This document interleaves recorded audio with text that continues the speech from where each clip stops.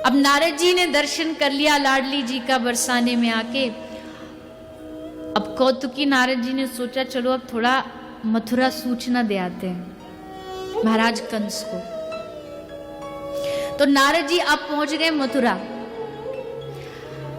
अब नारद जी ऐसे देव हैं जिनको कंस जैसा दुष्ट भी अपना गुरु मानता है। गुरुदेव पधारे, गुरुदेव पधारे, स्वागत करो, स्वागत करो।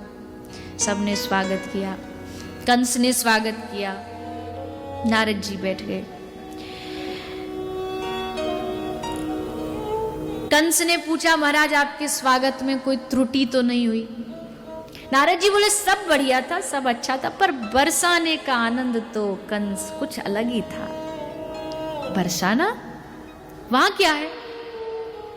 अरे तुझे नहीं पता बरसाने में क्या है? बोले नहीं मुझे तो नहीं पता। अरे कृष्ण की शक्ति तो बरसाने में ही है।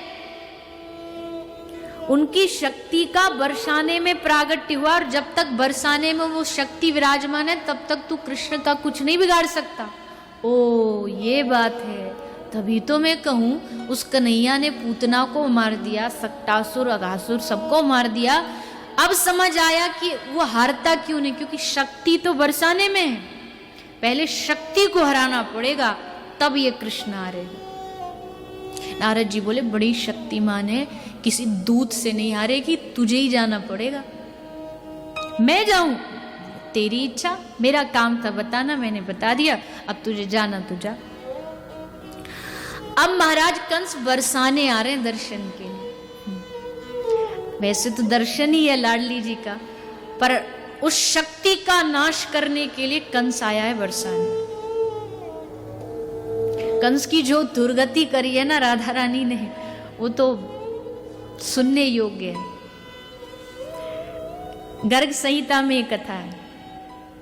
कंस आया, बरसाने में हल्ला मच गया, महाराज कंस पधारे। अरे हम जैसे बरसाने के लोगों के पास महाराज कंस, कुछ डर रहे हैं, कुछ गुस्से में है कि ये मूर्ख क्यों आया यहाँ पे, इसको मथुरा में चैन नहीं जो हमारे प्यारे से बरसाने गांव को भी नष्ट करने आ गया।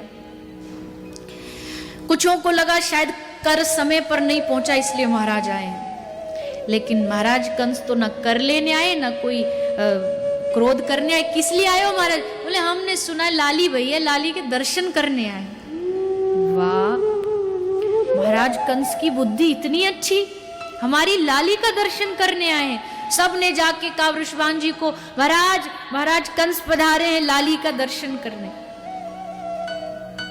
वृषभान जी ने कहा अच्छा, लग तो नहीं रहा कि ये दर्शन करने आए, पर अब अतिथि है, कोई बात नहीं, बुला लो। महाराज कंस को भीतर लाया गया, बिठाया गया। अब महाराज क्या स्वागत करें आपको? बोले कुछ नहीं, बस लाली का दर्शन करा दो। वृषभान जी भीतर गए, कीर्ति मैया को बोला कि महाराज कंस आए लाली का दर्शन करने। अब घर आ गए तो कैसे भेजे? कीर्तिदा बोली खबरदार जो मेरी लाली को लेके गए तो उस दुष्ट के आगे मैं अपनी लाली को नहीं भेजूंगी। पर वृषभान जी ने प्रेम से समझाया, अरे हम भी तो हैं, ग्वाल बाल सब साथ में रहेंगे, ऐसे कैसे कुछ कर देगा, आप चिंता ना करो, उस लाली को हमारे साथ दे दो। लाली को लेके कंस को दर्शन कराने के लिए वृषभान जी बाहर लेकर के आए। अब मदांधों को लाडली जी का दर्शन कैसे होगा? जो मद में भरा पड़ा हो, जो अभिमान में भरा पड़ा हो, उसके सामने लाडली जी साक्षात भी आ जाए ना तो भी उसको कोई अनुभव नहीं होने वाला है, तो भी दर्शन नहीं होने वाला। देखा, आंखें चौंधी आ गई, आंखों को मसलने लगा कि ये है क्या। जैसे लाडली जी नजदीक आई तो उसने लाडली जी को गोद में ले लिया। अब उसने सोचा कि जरा सी किसी की नजर इधर उधर जाए तो इसका लाली का पांव पकड़ के इसे फेंक दो। लेकिन जैसे कंस ने लाली का चरण स्पर्श किया, लाडली जी ने मुस्कुरा के पैर जैसे हटाया, गर्ग संहिता कहती है कंस बरसाने से सीधा मथुरा जाके गिरा। कुछ खोपड़ी फोपड़ी और फूट गई होगी उसकी, सीधा फेंक के मारा मथुरा में। एक बार अब आया था कंस जब लाडली जी छोटी थी, फिर एक बार दोबारा आया था बरसाने, जब लाडली जी थोड़ी बड़ी हो गई थी, अपनी सखियों के साथ थोड़ा विहार करने लगी थी। इसको लगा कृष्ण हार नहीं रहा, नारद जी की बात घूम रही थी कि यही कृष्ण की शक्ति है, तो फिर आ गया। एक सखी ने देखा निकुंज में कोई पुरुष झांक रहा है, बड़ा हट्टा कट्टा है। तो ललिता बोली कि कौन आया? विशाखा बोली मथुरा नरेश महाराज कंस पधारे। लाडली जी बोली फिर आ गया? बोले हाँ फिर आया है। सखी बोली अब की बार लाडली जी से ऐसा मजा चखाना कि भूले नहीं कभी। लाडली जी ने आदेश दे दिया जाओ इसको बंदी बना लो। सारी सखियां गई और कंस को बंदी बना के ले आई। कंस की एक न चली सखियों के सामने। अब क्या करें स्वामिनी जी बताओ? ये कोई मेरी मनगढ़ंत बातें नहीं है, शास्त्रीय बातें हैं। भागवत में भले नहीं लिखी लेकिन गर्ग संहिता में इनका वर्णन है।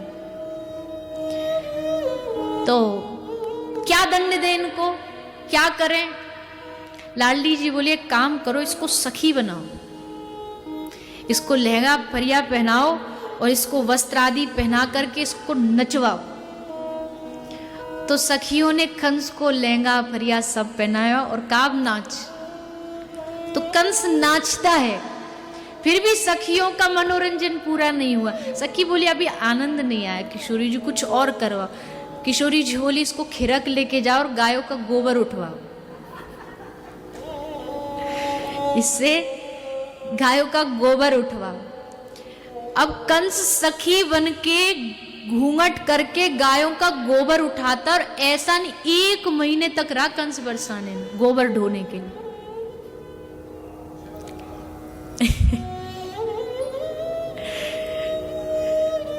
तो 1 महीने तक मथुरा में हल्ला मच गया। महाराज कंस गायब हो गए, अपहरण हो गया महाराज कंस का।